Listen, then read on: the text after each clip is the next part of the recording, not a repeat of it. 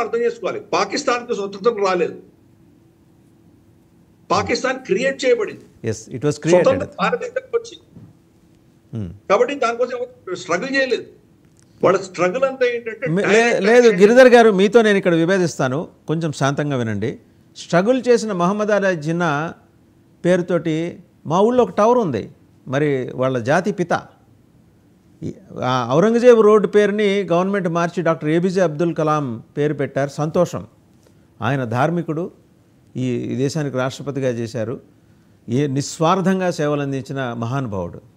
మహమ్మద్ అలీ జిన్నా పేరు తీయటానికి సాహసించలేకపోతున్నాయి ఏ ప్రభుత్వం. పాకిస్తాన్ జాతిపిత పేరు గుంటూరులో ఉంటుంది, ఆ పేరుతోటి ఒక టవరు, ప్రజలందరూ అక్కడికి వెళ్ళి దర్శించుకోవటాలు. జాతిపిత ఉన్నాడండి, అతను అన్నమాటతో నేను ఏకీభవిస్తా. వాళ్ళ స్ట్రగుల్ గురించి మీరు చెప్పారు.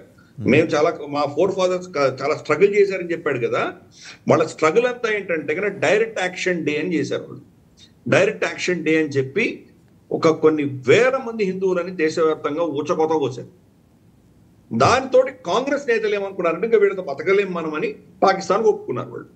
అది వాళ్ళ స్ట్రగుల్. వాళ్ళ స్ట్రగుల్ అంటే హిందువులను ఊచకోత వేయడం, అదొక్కటే వాళ్ళ స్ట్రగుల్, అంతకు మించి ఇంకేమీ లేదు. రెండవది, మీరు అడిగినటువంటి జిన్నా టవరు, జిన్నా ఏదైతే ఉందో మన గుంటూరుకు సంబంధించి ఇన్ని ప్రభుత్వాలు వచ్చినాయి కదా, వాళ్ళు ఎందుకు మార్చలేకపోయారు వాళ్ళు? కాంగ్రెస్ సంగతి వాళ్ళు ఓటు బ్యాంక్ కోసం చేశారు, మరి టీడీపీ ఎందుకు మార్చలేదు, మరి జగన్ ఎందుకు మార్చలేదు? సో ఈ ప్రశ్నలు అందరి మీద ఉంటాయి. మరి ఇప్పుడు పవన్ కళ్యాణ్ గారు డిప్యూటీ చీఫ్ మినిస్టర్, ఆయన దాని గురించి ఎందుకు స్పందించట్లేదు? బీజేపీ లీడర్స్ దాంట్లో మినిస్టర్స్ గా ఉన్నారు కదా, మరి వాళ్ళు ఎందుకు స్పందించట్లేదు? ఏ పార్టీ దీనికి పారదర్శకంగా ఉన్నారు చెప్పండి నాకు. అన్ని పార్టీలు కూడాను, ఆంధ్రప్రదేశ్లో ఉన్నటువంటి ప్రభుత్వంలో ఉన్నటువంటి అన్ని పార్టీలు దీనికి బాధ్యత వహించవలసిందే. ఈ రోజు దాకా ఆ పేరు మార్చలేకుండా ఉన్నటువంటి దుస్థితి వీళ్ళకి ఎందుకు ఉన్నది? ఇది మన ప్రాబ్లం. ఇది పొలిటికల్ గా ప్రతి పార్టీ కూడాను ఏదర్ ఆ ఇష్యూ వాళ్ళకి ఇష్యూగా కనిపించట్లేదు, లేదా ఏమో ముడితే మనకి తేనె తొట్టును ముట్టినట్లు అవుతుందేమో, మనకి ఎటువంటి ఇబ్బందులు వస్తాయో ఎందుకులే వదిలేద్దాంలే అని వదిలేసి ఉండొచ్చు. ఈ రెండు కూడా మనకి చాలా డేంజరస్. ఇది ఈ యొక్క గుంటూరు విషయం సంబంధించిందే కాదు, ఇటువంటి మన దేశవ్యాప్తంగా చాలా ఉన్నాయి. అంటే మనకు తెలుసు కాబట్టి దాని మీద మాట్లాడుకున్నాం అంతే. ఇటువంటి దరిద్రాలు మనకు చాలా ఉన్నాయి. అలీగఢ్ ముస్లిం యూనివర్సిటీ అనే ఫోటో చాలా రోజులు పెట్టారు కదా, మొన్న బయటపడిన తర్వాత దాన్ని తీసేయాల్సి వచ్చింది అది. సో ఇటువంటివి చాలా ఉన్నాయి. కాబట్టి అన్ఫార్చునేట్, మనకు నేను ఇందాక అదే చెప్పాను కదా, మన రాజ్యాంగం, మన చట్టం ఏదైతే తయారు చేశామో స్టేటస్ కో మెయింటైన్ చేస్తుంది. స్టేటస్ కో ఏం మార్పు ఉండకూడదు. వాడు 20 కిలోమీటర్లు వచ్చాడంటే సరే, ఇంకా ఇక్కడ ఆగిపోదాం. బ్రిటిష్ వాడి నుంచి control C control V maximum జరిగింది అదే కంప్లీట్. డిఎన్ఏ రాసేసి వెళ్ళిపోయాడండి మనకు. రాజ్యాంగాన్ని కంప్లీట్ గా భారతీకరణ చేయకపోతే, హిందూకరణ అనట్లేదు నాకే, ఇది ఒక పెద్ద మళ్ళీ మీరు అనేది కరెక్ట్, భారతీకరణ జరగకపోతే అనేది కరెక్ట్. భారతీయ హిందూ వేరే కాకపోవచ్చు, కానీ హిందూ ధర్మం మొత్తం కింద వాడు చూస్తున్నారు కాబట్టి.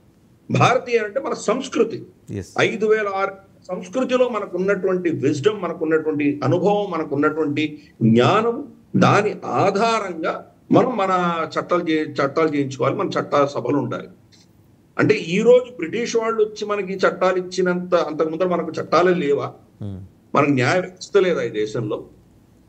కాబట్టి ఇది జస్ట్ కిడ్ స్టోరీ, అందుకని పట్టించుకోవాల్సిన అవసరం లేదు. మనం దీన్ని సంస్కరించుకోవాలి. Indus water treaty as well Shimla agreement, ఈ రెండింటి గురించి మాట్లాడుకుందాం సార్. ఎందుకంటే ఇది వాస్తవాలు ప్రజలకు తెలియాలి, ఈ జనరేషన్ వాళ్ళకి తెలియవు. ఎందుకంటే అట్లీస్ట్ కొన్ని జనరేషన్స్ వరకు చదువుకున్నాయి. అసలు ఇందిరాగాంధీ అంటే ఎవరనే అడిగే జనరేషన్ ఈ పిల్లలు ఇప్పుడు ఉన్నారు, ఈ పిల్లలు ఈ జనరేషన్లో ఉన్నారు. సో మనం ఏం పోగొట్టుకున్నాం, మనం ఎలా పోగొట్టుకున్నాం, మళ్ళీ దాన్ని తిరిగి సాధించుకోవడానికి మనం ఏం చేయాలి, ఏం చేస్తున్నాం? సిమ్లా ఒప్పందం and Indus water treaty. Indus water treaty అన్నది వరల్డ్ బ్యాంక్ ఆధ్వర్యంలో చర్చలు జరిపిన తర్వాత సెప్టెంబర్ 1960లో దీనికి సంతకం జరిగింది. నెహ్రూ గారు సంతకం పెట్టారు. ఇది